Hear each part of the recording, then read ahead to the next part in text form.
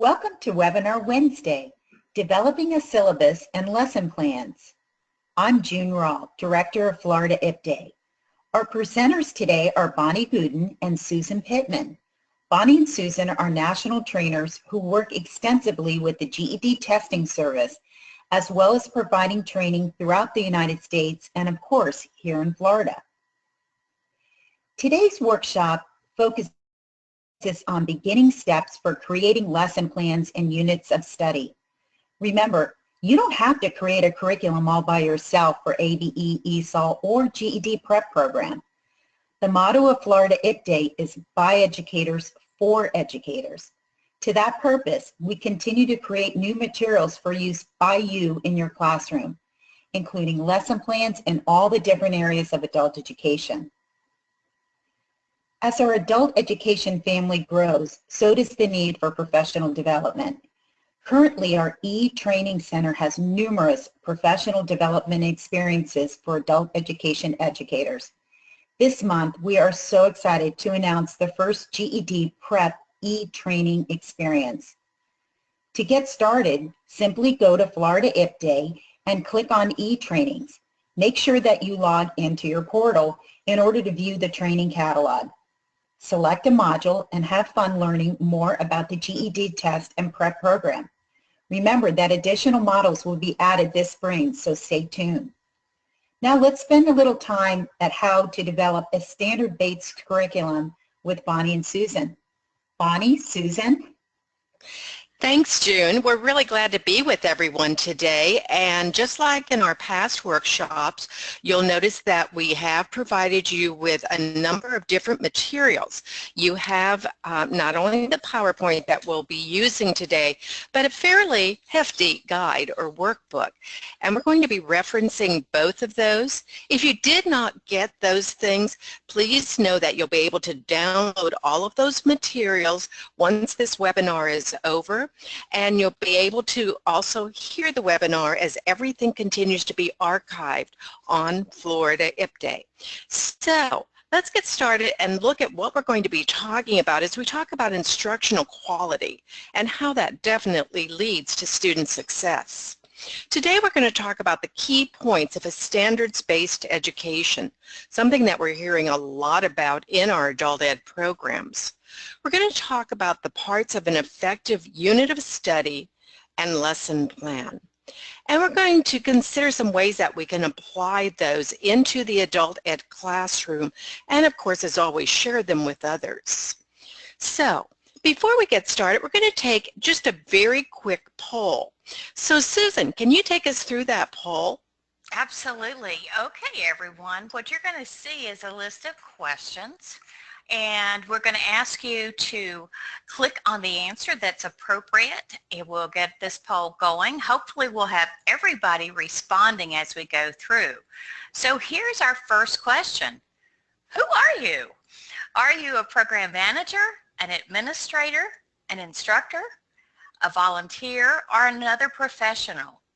So if you'll click into that and let us know who all's with us today. So let's see, Bonnie, I see some, oh, I even see some volunteers that are popping in. That's great, fantastic. And we're going to try to break through that 90% mark today as we go through. So we just need somebody else. Come on, push that button. Oh, I'm going to count down now from 5, 4, 3, 2, 1. Okay, the poll is closed, and we're going to share the responses with you. And what you can see here is that we have a few of you. Thank you very much for being here, program managers and administrators, volunteer, and some other professionals. But thank you, all of you instructors who are here as you're looking at how you can learn how to work with all of these different lesson plans and working with units of study. So now that we know who you are, let's see if we can't find out a little bit more. And so now we're asking you, where are you? And if you would, click the area that says that is the best one for you. Are you from the Panhandle, North Florida, Central Florida, South Florida, or do we have anyone with us today who's from another state? Bonnie, it looks like we got kind of a nice little mix here today of people from all over. That sounds wonderful. Fantastic. We have about 12% right now that are from a state other than Florida. And Central Florida, whoa, you're being very well represented today. Come on, folks, we got to make sure we get everyone accounted for. Yay, So, Central Florida. Hey. Oh, that's where Joseph and June and I are. That's right. So just clicked up just a little bit more as we're going through here. So, and we're going to close in 5, 4, 3, 2, 1. I'll close, and now we can share those results with you. And as you see, we have the largest percent of you are from Central Florida. South Florida, you're going to have to work a little bit harder now if you're going to, instead of letting Central Florida get ahead of you here. But we're so glad to have everybody who's with us as we're working within each one, different areas and working with our students, and we're so glad to have everybody with us. So let's go over here. I'm going to pull up another one, and let's ask this question, Bonnie, because we need to see, have you been using any lesson plans from the IPDAY site? All you have to do is check yes or no. You know, it's real important for IPDAY to know whether those lesson plans are being used or what kinds of things we need to add, you know, for our educators, by our educators. So it'll be interesting to see this, Susan. I know, and the other thing is to make sure that all of you who are out there, that you actually know about those lesson plans, because if you're not aware, you know, there are lots of different lesson plans that are included on the website. So we want to make sure that you're able to access the things that could be helpful in your classroom. So I'm going to close the poll. We'll share the results. And we need to get people out there with these lesson plans, Bonnie. So we really need to talk about where exactly to find everything. So we make sure that we do that as we're going through. And I think what you'll find that as we talk about different things, that's going to help too in terms of being able to get out there and access some materials. So I have another question. Have you, and I will launch this one, have you developed lesson plans and or units of study that are based on the new ABE standards? Yes or no? Okay, and Susan, you know that includes those math and ELA standards that math went in, and ELA really a year to 2 years ago based upon the new college career readiness standards. So it will be interesting to see what we're doing in developing some lessons or units of study. Absolutely. So, and we'll close this out in just 5, 4, 3, 2, 1. So we do have, Bonnie, some people who are out there developing lesson plans and units of study. So good to see that we have people who are working toward those newer standards and what all is going on out there.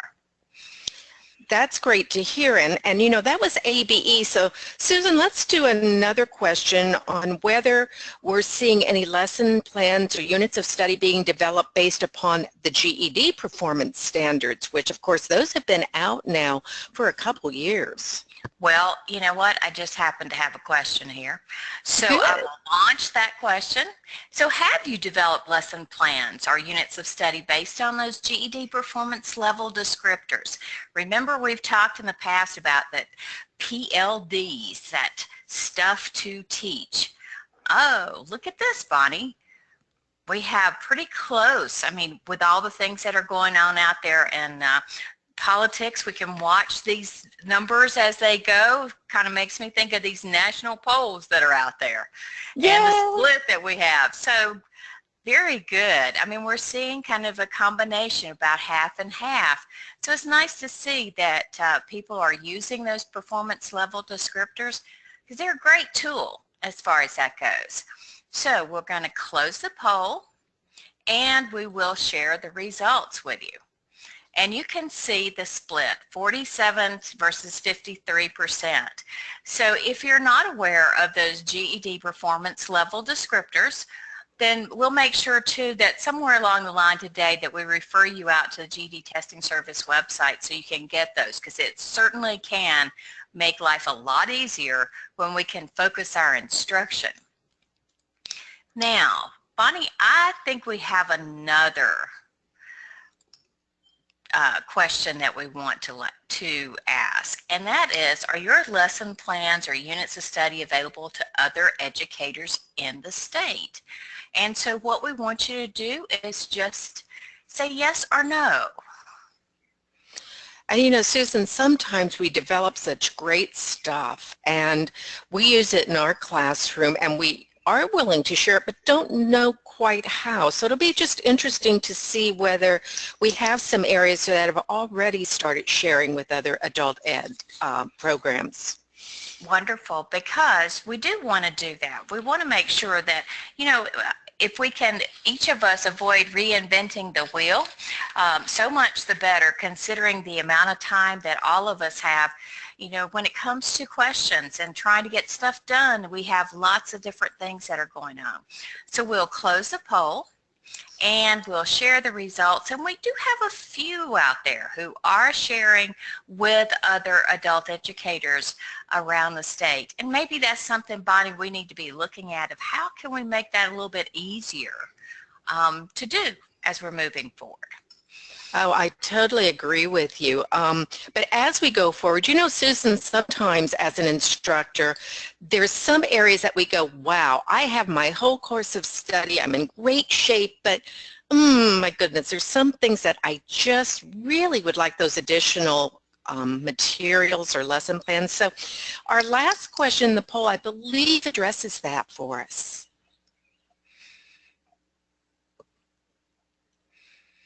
And I know that as we've talked, oh, Bonnie, look at this. We have science popping in. Oh, boy, science was there, and then all of a sudden math just took off. So I'm seeing quite a mix of needing resources. And that is one thing that we have had some concerns about, because, you know, our books are great, but at the same time, they may not be able to give us the in-depth look that many of our students need for certain things. So this is good to have the information. And looks like to me, Bonnie, writing and math, right there together. You know, somehow that's not surprising. That's it, absolutely. So we're going to close the poll in 5, 4, 3, 2, 1. And we will share those results. And as you can see, we have math zooms out there with 32%, but we have that writing sitting back there, and close to that, Bonnie, is reading. I think a lot of that comes back to that real integrated nature that we have with things of the reading and writing. And I have to wonder if maybe social studies isn't a little bit lower now because we don't have that writing component on it anymore. You know, that really worried everybody, that lovely extended response, and what was I going to do with it, and all of those wonderful things that, yes, we don't have to worry about right now. So absolutely. Okay, so having done all that, don't you think it's about time we take a look at, well, how are we going to get these lessons done, and how are we going to set up units of study? And keep in mind, I don't have a lot of planning time. So Bonnie, what can we do? Well, I think the first thing we need to talk about is the fact that it's a process, not an event. It's not one of those things that tomorrow we develop everything and all of a sudden I have this great unit of study or this lesson plan that covers the things that, gosh, I didn't have anything to cover. It really is a step by step. So as we talk about developing units of study and lesson plans, we want all of you also to think about what you already have so that, as Susan said earlier, we can share. Because, and this goes back many years from the Education Commission, the key to a successful curriculum reform is to develop a new culture of teaching and learning that can bring about real changes in school life. You know, Susan, we know that adult education today is very different than adult education when you and I entered it, because Oh, we're you really, mean yeah, back in the dark ages when I wasn't going to go that far, okay? I know, but at the same time, we might as well just admit to the fact that when you and I started way back when, even our students were different. Our students, some of them were much older, or I should say more mature, than the students that we serve today, where we have more and more millennials that are in the program. And so, yes, a lot of things have actually changed. They really have. And so as we look today, we're going to talk about a standards-based education. We have standards everywhere, so it's not like we have to develop them. But what we do need to do is integrate those standards into our classrooms in the kind of curriculum and instruction that we provide, the kind of assessment tools we use. And I'm not talking about just an end-of-the-cycle assessment, such as the GED test, or end-of-the-cycle assessments, such as the TABE or the GAIN or the CASAS, but those assessment tools that we use on an ongoing basis based upon who our learners and our educators are. Because we know, as Susan said, our learners can be very different from program to program, from locale to locale, as are our educators. The way that Susan and I were taught to teach is very different than those educators who are coming out of today's program. So as we're looking at this standards-based education, we want you to remember that one size does not fit all. There's a whole lot of challenges, and we understand that because we are such a part-time scenario in adult ed. And so the first challenge really is, do we want to plan, if we're going to take our time to plan, lesson plans, or do we want to plan units of study? So just so we kind of set the stage, let's talk very briefly about what each is. A unit of study consists of a concept and goals that are taught over a period of time. So they could incorporate different standards, and they could also be interconnected. They could be across the curriculum. And an example that I can think of that I think would make a great unit of study would be the steps that students need to take to create an effective constructed response. Because I know if that's my unit of study, I have to teach close reading skills, I have to teach structures of nonfiction text, I have to teach things like what's argumentative writing, how do I find evidence, how do I set a claim, how do I connect that claim to the materials, to the evidence. There's a whole lot of skills. And if I'm teaching constructed response, I can take it into the real world and those kinds of things. So that may be a unit of study that I don't have what I need in my materials. And I may focus on that. It may be a week, it may be 2 weeks. So it's a fairly hefty developmental time, as opposed to a lesson plan where it really has limited standards. And I can think, oh gosh, maybe a lesson plan is identifying just evidence. What is evidence look like? Or maybe I have a lesson plan on how to use the calculator. I don't need lots of time to do the basics, so it forms a lesson plan. And let's face it, lesson plans can be easier to use, but then we have that problem that unless we build lots of them, we have kind of this discrete kind of skill building, and that can be difficult. So what we want you to do as we talk today is we want you to think about your own classroom. Think about the students, or if you're one of our program administrators, your programs. And what we want you to reflect on, what do you think would be best? Do you think you would want to spend time developing lesson plans, or units of study, or even a syllabus being something that would encompass a long period of time, such as maybe I'm teaching algebraic reasoning at the GED level. So I'm going to build that syllabus to encompass, let's say, 18 weeks. Can you think of some of the challenges, your own personal challenges or your program challenges in creating this type of curriculum? We also want you to reflect on the opportunities. What kind of opportunities would come out of having some time to spend doing these things? And then, of course, as always, what kind of action steps? You know, it's never too early to think about the fact that we have summer break, not spring break, but summer break coming up, when many of our programs take a little time off. And are there things that we want to plan to do during that break time?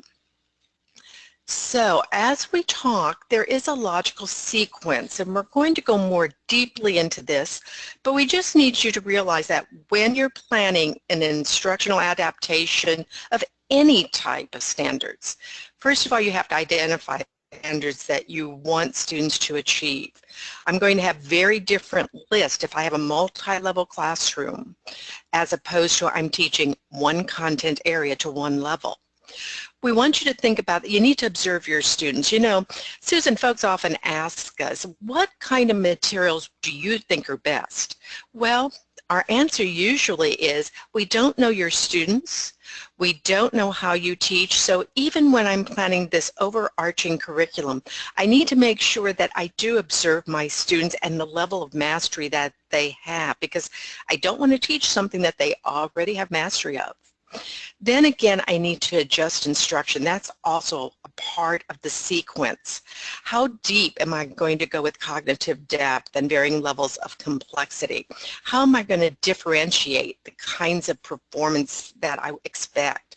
And of course, as we said before, we need some of those assessment tools developed so that we know when students have completed the task and what kind of applications they can take. But Susan, we've talked about those kind of steps, those generic things. Is there a certain structure that I have to use to create an effective lesson plan? No. There are lots of different ways that you can approach it.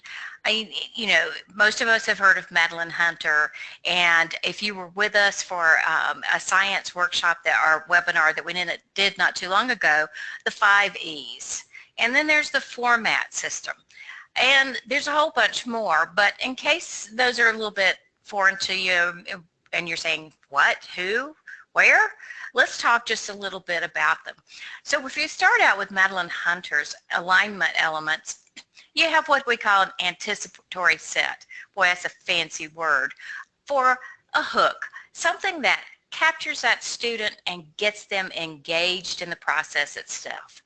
And then you have within that some teaching time, an instructional practice where you're doing modeling and you're showing students how to go through the process itself. Then of course we have to guide students. You know, too many times students, you know, we may do a little short lesson and then they dive right in, and they need a little bit more structure and a little more monitoring in order to make sure that that's going to happen. Then we're going to bring in closure, where we address any of those issues that students still have that are out there, so that what we want to end is independent practice. We want students to be able to go forth and use this information not just for a test, not just for an activity that you're doing in the classroom, but that they're going to be able to use that as they move forward and out into the real life itself. So we can start from there. Now, we have 5 E's, and we talked about it in connection with science, but it works across the board. Because what are you trying to do first? Engage students. Many of you may remember Bonnie talking about, or you may have seen us in a workshop where we talk about, oh, okay, so what happens if I have an orange and a grape and I drop them at the same time? Well, that engages students in discussion of, oh, we'll follow, you know, the orange is going to hit the floor faster because it's heavier, but it gets us going and moving through.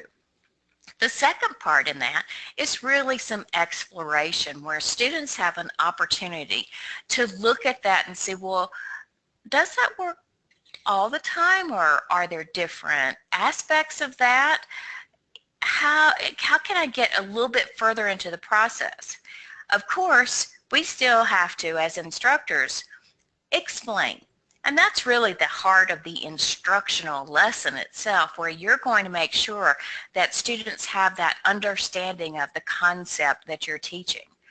Beyond that, we want to make sure students elaborate, and that means that they get a chance, maybe working in groups, but to do something, to take what they've learned and elaborate, bring it out even further. And then, of course, with all things, if we really want to know how well students are doing, we have to have some way of evaluating that. And it doesn't have to be a test. It doesn't have to be a multiple choice test or something that you purchase, but rather, do you have a way you're going to have that you can evaluate students? Maybe it's that they've done an activity and now they present something about that. Lots of different ways, and we don't need to just be kind of stuck back in that paper and pencil world, but more into a number of different ways that we can approach things. Now, some of you who may have been around as long as Bonnie and I have may remember back to a good while back format, and it has different alignments where we're looking at adaptations, meaning, and skills. And think about it. We're still doing the same type of thing, where under that meaning we get that connection piece and that attending to whatever that activity is. And then that image and inform, the what. What are we going to do? What is the concept? How are we helping students understand that concept? And how? Well, we got to develop skills. And that means we need to practice, but we also need to extend it out so students could use it beyond there. And last but not least, we've got to do some refining and look at that performance. How did students do? Are there some things that we need to change as a result of all that? There are so many other types of curriculum planning possibilities that are out there, but those are just a few. And not every one of these is going to fit everyone. So there may be a process that you use that works quite well for you. As we do when we're talking about graphic organizers, we're talking about instruction. What we tell people most time is one graphic organizer doesn't work for every student. We have to adapt. And that's the same thing for us as instructors. There are different ways in which that we're going to explore. So now that we kind of have a general idea from that, let's talk a little bit about units of study, because I think this is something that as adult educators especially, this is something we need to consider in terms of having something that we can present multiple times, but also that allows us to break apart something, as Bonnie mentioned earlier, the constructed response or argumentative writing, that we can break it into its smaller parts, but we can work with it across a lot of different content areas. So let's kind of look at what a standards-based unit of study really is all about. And really when we're taking a look at that, I think, Bonnie, that the key word, there's a couple of keywords, coherent being one of them. It's a coherent body of subject matter. So there's some cohesive piece that we can pull together that focuses on a topic or process. And it can last from a few days to several weeks. Now, I want you to think about this, especially if you have a program, say, that meets 3 days a week or and maybe 2 or 3 hours. You might want to spread that over a period of time. And you can certainly do that. What we need to make sure we do is let students know, here's what we're going to be doing, and this is what is going to happen along the way, so that students, they can anticipate that, and hopefully that's going to help us as we're working with the whole process of keeping our students engaged in our programs as well. So Bonnie, how about the components of standard-based unit? What do you mean components? You know, what we're trying to do today is give you an idea of how to get started. And although we're going to give you a number of templates to use, there are certain components that are important for both units of study and lesson plans. And so as Susan said, if I'm developing a unit of study, I want to make sure it is something that I can reuse. It's something that if a student misses a session, he or she can go ahead and do the homework for it, can see what happened, so I'm not always repeating, and in a unit of study that I can do it with a group of students, maybe not my whole class, but a small group. You know, it's one of those things that, Susan, when I taught high school for adult ed, I'd have students coming in all over the place, and I just can't imagine having to teach a research paper 30 different times when I could take that whole group of students, do a unit of study, and teach how to do a research paper once, going deeper, spending a little more time. And that's what we're looking at in adult ed as well. We want to organize the unit. We want to make sure that we know what is that big idea, that big topic, and what standards we're going to cover.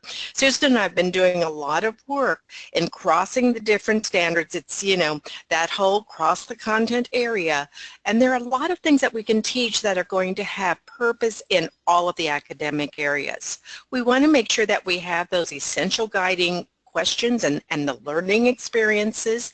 We also want to make sure that we have strategies, research-based strategies that we're using, and of course scoring and assessment tools, resources, and we want to make sure that at the end of any unit that there is a reflection so our students know how to take those skills and transfer them to different areas and of course in their real-world situation. When I think of units of study, there's a whole lot of things that just hit me right away where I say, too big of an idea for a lesson plan, but wow, if I spend a little bit of time, I'm going to have this unit that I can use over and over. And I may have to change a few things, but I'm going to have something that I can really go from start to finish. And so initially, my brain goes with constructed response. Also, primary sources. Oh, Susan, you know, when we look at social studies, primary sources, they read a whole lot differently. Those guys with the white wigs and that, they wrote really, really weird, right? Well, and you know what, it doesn't even have to go back that far.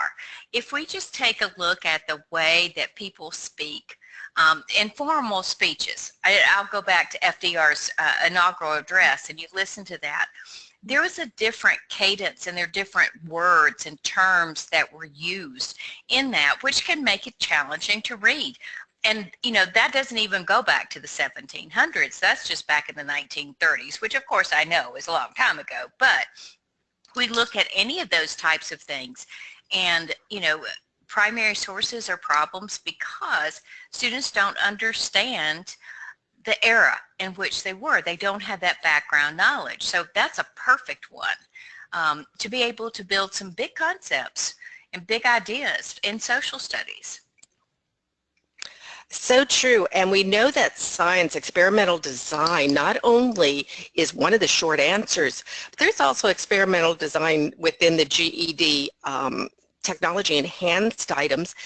And there's no reason why our ABE and ESOL students can't also enjoy doing science experiments, etc. So that really would be a unit of a study that could cross all areas. And we keep hearing close reading, and those strategies would work for not only ABE, ESOL, but GED Prep as well. So I could really teach a unit of study on that with similar strategies, but differentiate, if I want to, the product. And oh gosh, think of all the things in geometric measurement. If I do a unit of study where I would teach students how to apply those different formulas and how to, you know, just look at how they work, really understand, I think those would be great units of study. What do you think? Oh, I think so. And I think that's the other thing. When we talked earlier today about the PLDs and we were doing the poll, there's some things that are in there that really could lead to a unit of study. And a lot of what you've got here on this particular slide really points in that direction. So again, that's just another reason why that we want to take advantage of the PLDs and the quote unquote stuff to teach, so that we can make sure that we're getting the most out of our time that we have with students, because we know that as soon as a student enrolls in a program, the clock starts ticking. And it's about how much we can do and how much we can cover in the time that we have with them. So again, another reason to hook into some of those resource materials. Oh, definitely. And so as we look, there really are, if I'm developing a unit of study, there's really 8 steps. We don't need to make it real difficult. We just want to interpret the standards, and remember those standards exist not only in the document Susan and I were talking about, but the resource that all of us should know, and that's Florida's curriculum frameworks. Those frameworks for GED Prep, for Adult Basic Ed, and now we have the one for the higher level ESOL as well, with more to come. So know that it's not that we have to develop the standards. We just have to, for lack of a better term, lump them together into a unit. Then again, we're going to want to outline what we're going to do. We want to have those big ideas and those essential questions like we were talking about. We definitely, this was one of the things that sometimes we forget. We should create those assessments before we develop all the lessons, because we want to keep that end in mind. What do we want students to really be able to do? Then it makes it so much easier for us to go back and plan those engaging learning experiences so that we know how we're going to teach, because the assessments will determine what we want students to accomplish. Of course, we're going to gather the instructional resource materials, and if you've been with Susan and me, you know that not only do we have great computer and text resources, but the World Wide Web, the internet, provides us so much. And we're going to go back then and detail our organizer, and then we're going to go and write not only our weekly plan, but we will design those lessons, those daily lessons. And that's going to be important. So you've got this unit, and under this umbrella of a unit, you do have individual lessons that build. So that's really that step-by-step study. And if that's something that you are interested in doing, then we want you to make sure that you always reflect on how that unit's going to connect to what your students already know. How's it going to address those targeted standards and encourage that higher level thinking, and also meet the needs of all of those students that you have, many of them being extremely diverse in their skills. So that's a unit of study in a nutshell, and we'll show you some templates, some things in a bit. But you know what? Before we do, let's go ahead and talk just briefly, Susan, about the standards for lesson planning, because there's really some step-by-steps for that too if we're going to do a standards-based education.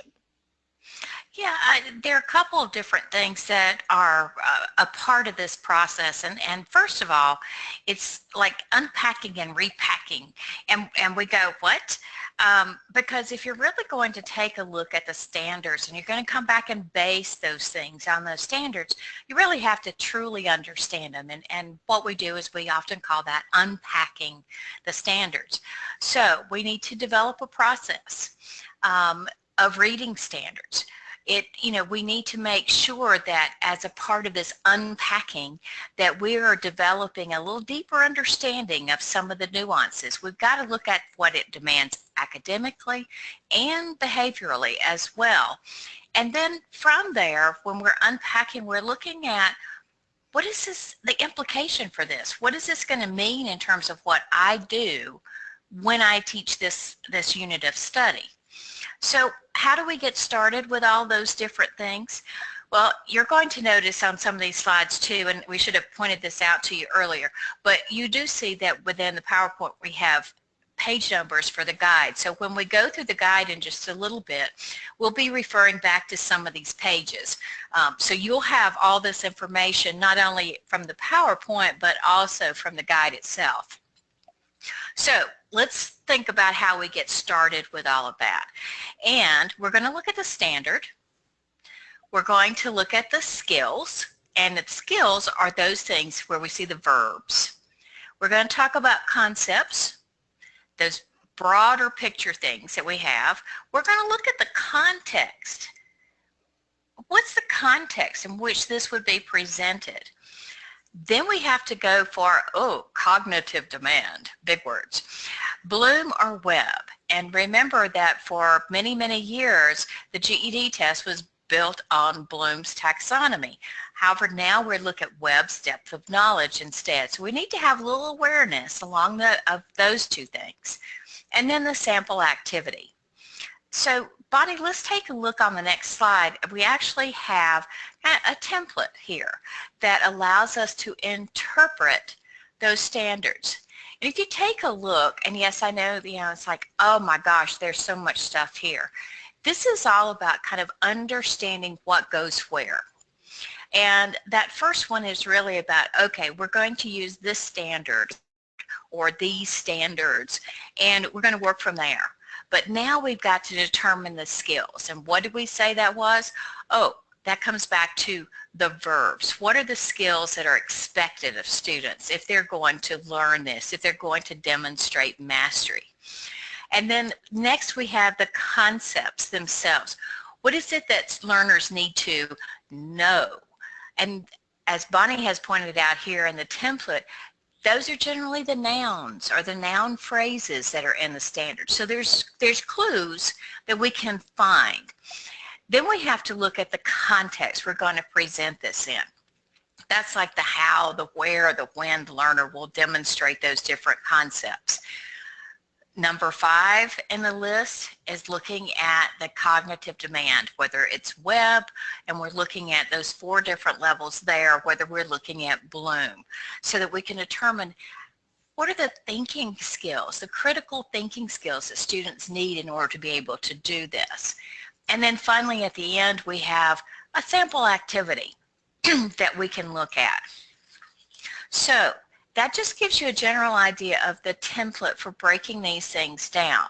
And there are a couple of things I want you to remember when we start talking about standards, because sometimes there is some confusion there. Standards are not a curriculum. That's one thing we have to make sure that everyone knows. Standards, rather than that, they're statements about what students should know and be able to do. So we don't just take the standards and say, oh, here's my curriculum. No, we have to know what our students need to know based on those standards, and then we have to decide how students should get there. What are we going to have to do in order to make that happen? There's a pathway to get there, and we've got to make sure that we do that as we're moving through.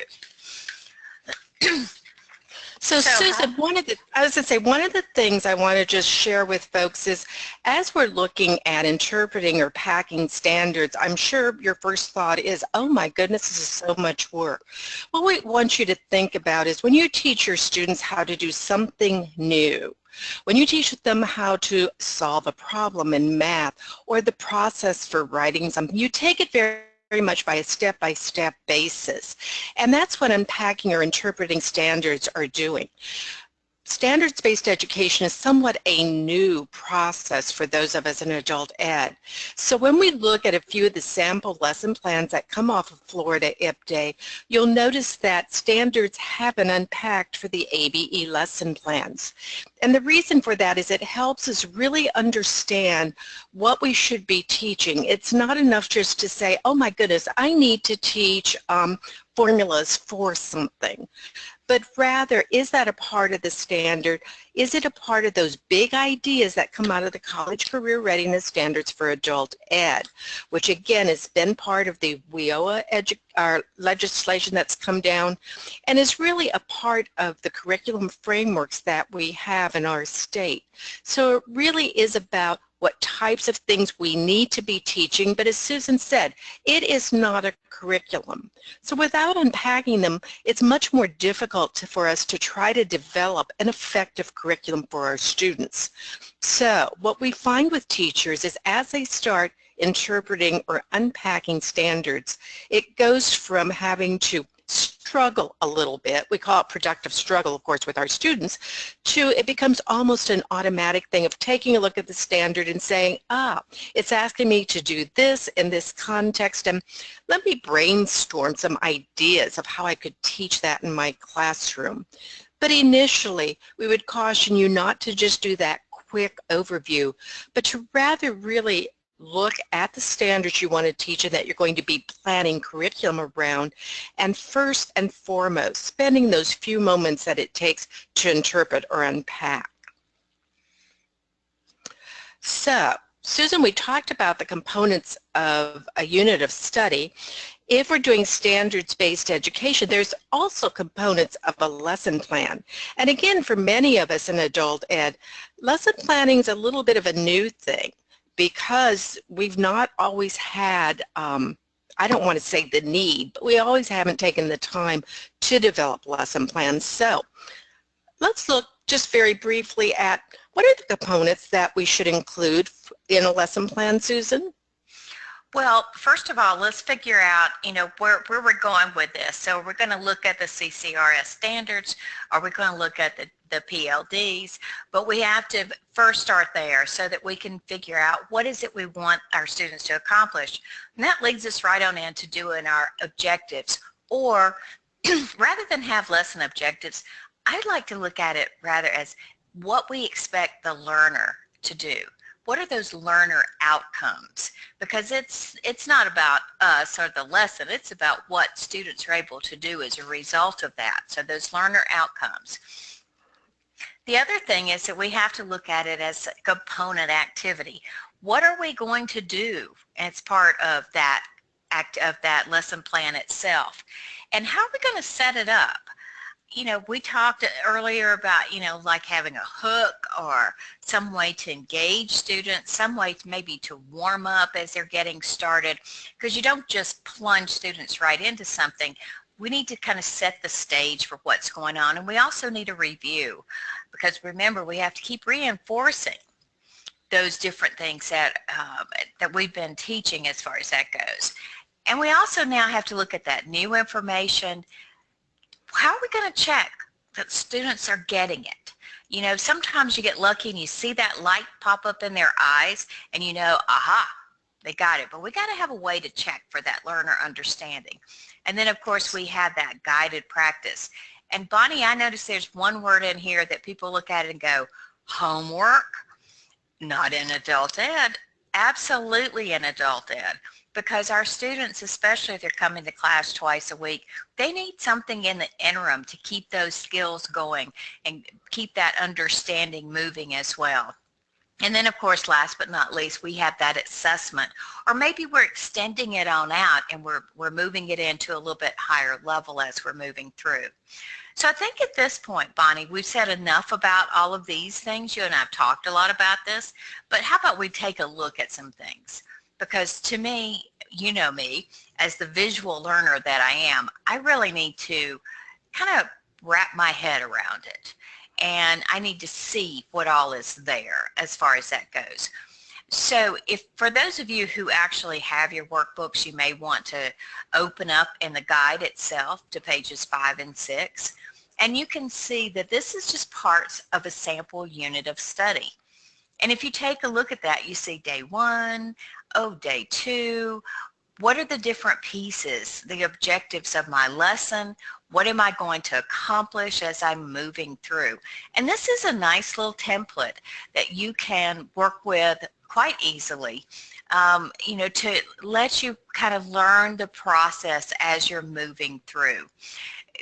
There's everything in there from having that overview to looking at the process, which is kind of your step-by-step of how you're going to do a particular lesson. But also the other thing we have to always keep thinking of is how are we going to debrief students? How are we going to find those questions, ask those questions so that we're checking for learner understanding as we're moving through? And Bonnie said it earlier, when you have multiple levels of students in there, how can you teach something like, argumentative writing and take into consideration multiple levels of students? How can you modify things so that you're teaching that same overall, you have that same overall outcome plan for all the students, but what's the product going to look like? It'll look different for the lower level students versus the higher level students. Okay, Susan, we're also going to give you 3 different templates for 3 different types of adult ed programs, because as we said, one way doesn't go for everyone. So when you go out to the Florida IPDA website, you're going to notice 3 slightly different looking lesson plan templates that are being used, from ABE to GED Prep to ESOL. And it's not that you have to use different templates. It just happened that the folks who were developing those different types of lesson plans took just a slightly different approach.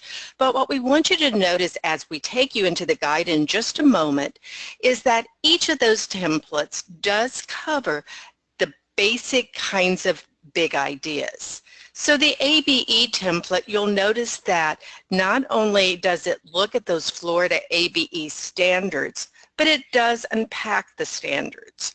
One thing I'm going to caution you on is when you unpack the standards, when you look at some of those real lesson plans up there that were written by educators, you'll notice that under sample activities, the sample activity is not necessarily the one that is used in the lesson, but rather it's brainstorming from that teacher saying, maybe I could do this, maybe I could do that.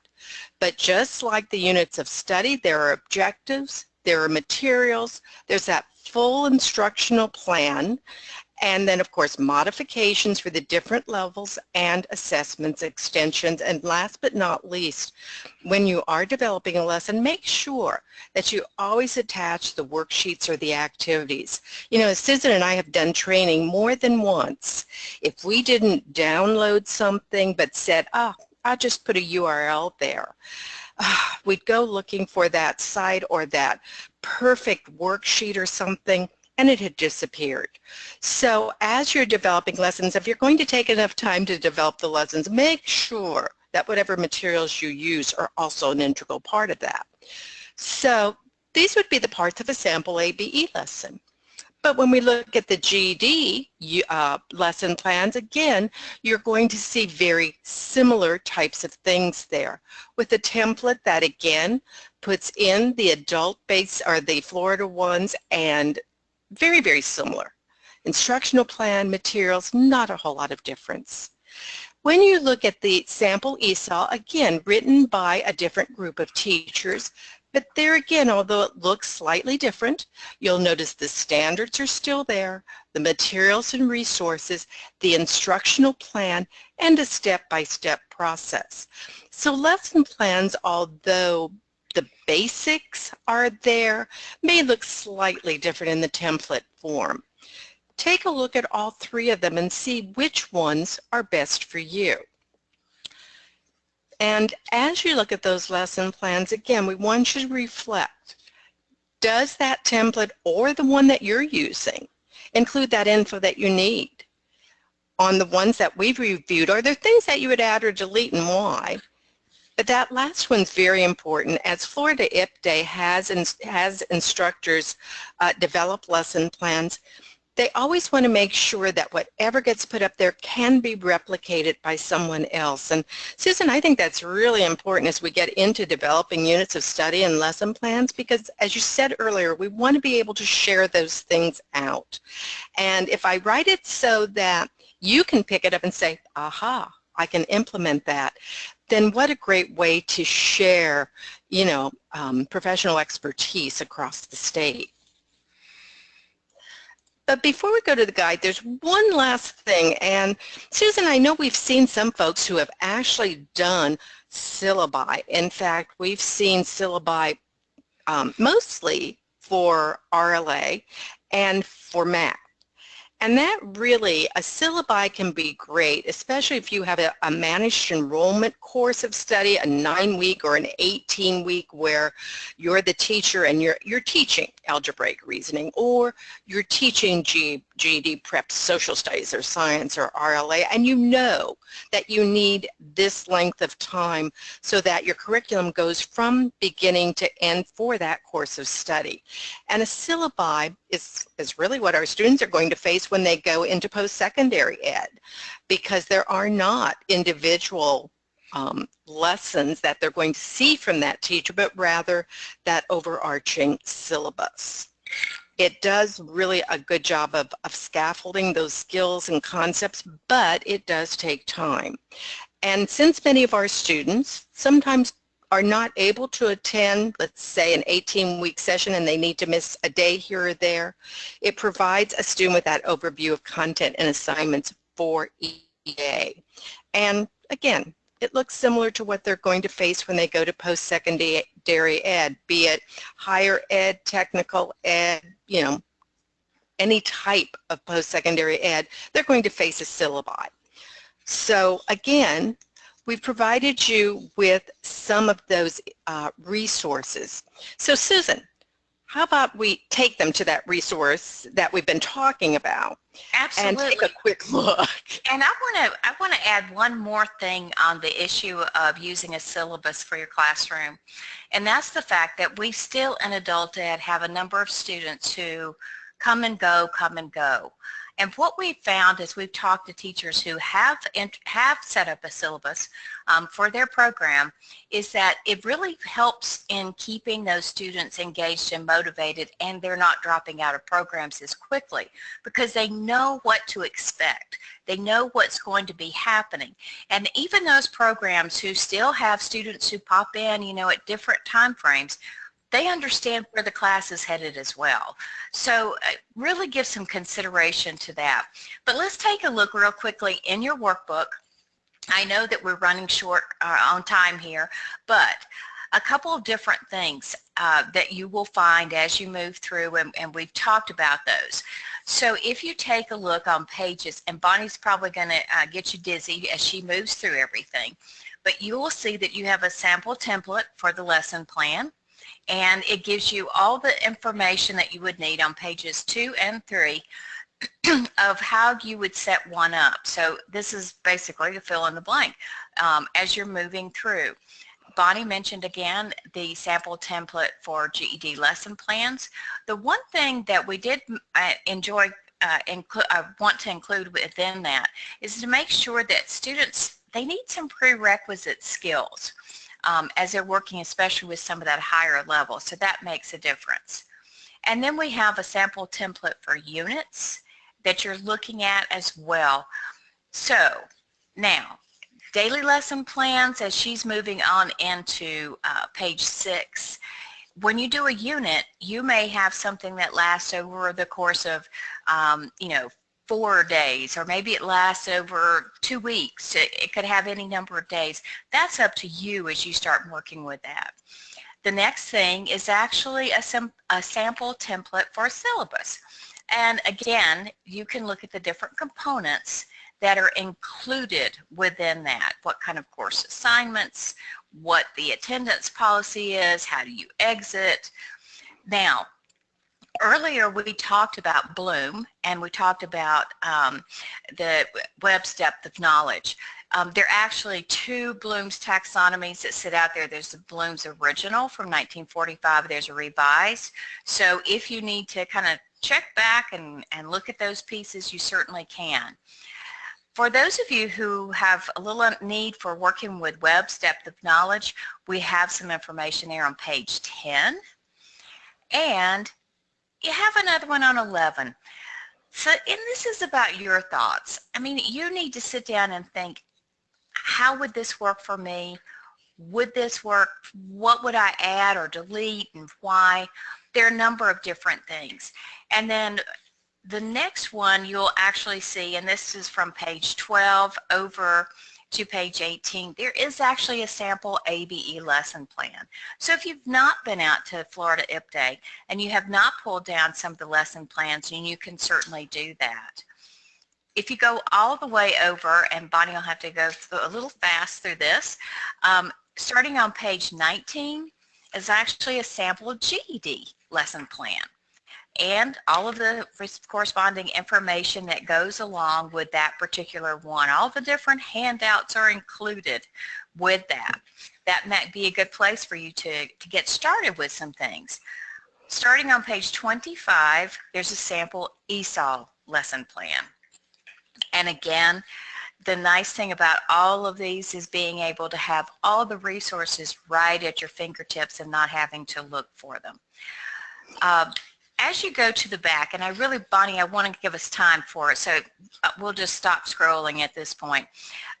What I'd like for you to do is, when you have an opportunity, look at the chart for interpreting the components of a standard. That's all included within there. There's lesson planning documents that are included at the back. There's sample reading standards, everything that's broken down for you as well. Lots of materials, and certainly a lot more than we could possibly get through within the course of just an hour here for the webinar itself. But I wanted to make sure that you can access all of the materials and that you have an opportunity to work with these. So a couple of questions, Bonnie, have come in. Okay. And so one of those really comes back to, you know, if I want to access these materials again later, are they going to be on the website? Definitely. All of the webinars that have been done by Florida IPDAY are archived on the IPDAY website. For those of you who have not been out to the site other than to sign up for this webinar, make sure that you go to floridaipday.org. And when you go under there, you will see all of the webinars, all of the materials. Again, today was to really give you everything you needed to get started in developing a syllabus, a unit of study, or lesson plans. But the other thing we want to make sure is that everyone knows that there are lesson plans out there in the areas of ABE, ESOL, and GED Prep, with more always being added, and that those lesson plans, along with everything else on the IPDAY website, being free for you to download and use. We want to make sure that everyone knows that those things are available. And Susan, also, and Bonnie, we did have a question from Michigan. Hello, Michigan. Hey, Nancy. Yes, she teaches an adult ELA class, and so can she access the guide? And just the same way as everyone else, you can come right on into the website, Nancy, and access any of those materials. Everything there was developed through grant funds, so you will certainly be able to access that information that way. Very definitely. We've been very fortunate that our leadership in Florida has been so open in all of the materials, and we're very fortunate that we have all of the educators working together. One thing we do want to just kind of put in everyone's mind is IPDAY is looking to create some unit plans for their website in 2016-17. So if you're interested, we talked earlier about what areas you find most difficulty in finding materials and lesson plans. Think about that. What specific area do your students struggle most with? Are they having problems specifically with something such as primary sources? And what specific skills do they struggle most with? Do they have difficulty finding surface area? And last but not least, what areas would you like to see covered for new units of study? We're kind of giving you that heads up that questionnaires will be coming out on these things because, again, June Raw with Florida IPDAY and Zelda Rogers with our State Department wants to make sure that the things are provided that you need in the field. So what we've done on this page is provided you with an email to June Rawl at Florida IPDAY, and if there are some things on this list of questions that you say, I wish that I could see this next year, please email your ideas to June. So Susan, any other questions from the field? The only other thing is, do we have updated writing prompts? And yes, there are updated writing prompts on the GED Testing Service website. They're under the Educator tab, and then they're under, from their Teaching and Scoring Tools. So if you look in there, there are prompts. There are 5 new prompts for RLA. And also, I'm trying to think if they have any science prompts. Do you remember, Bonnie, if they added any more? They have not added yet. Okay. But you can certainly find them there. So, and that's a really good question and something I think you should take advantage of. Other questions?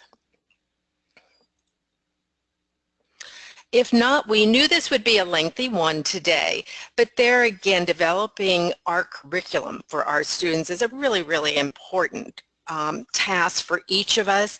And the great Lily Tomlin said the road to success is always under construction, and that is definitely true in adult ed as we're continually working towards creating a better and better course of study for each and every one of our students. Please stay tuned for additional webinars through Florida IP Day. And having said that, Susan, if there are no other questions? No, I think we have one idea for some future units of study, especially for students in an adult ELA program. They have difficulty listening over a phone and responding. So, and also there was another note just came in, are these workshops posted under resources? Is that where they're listed?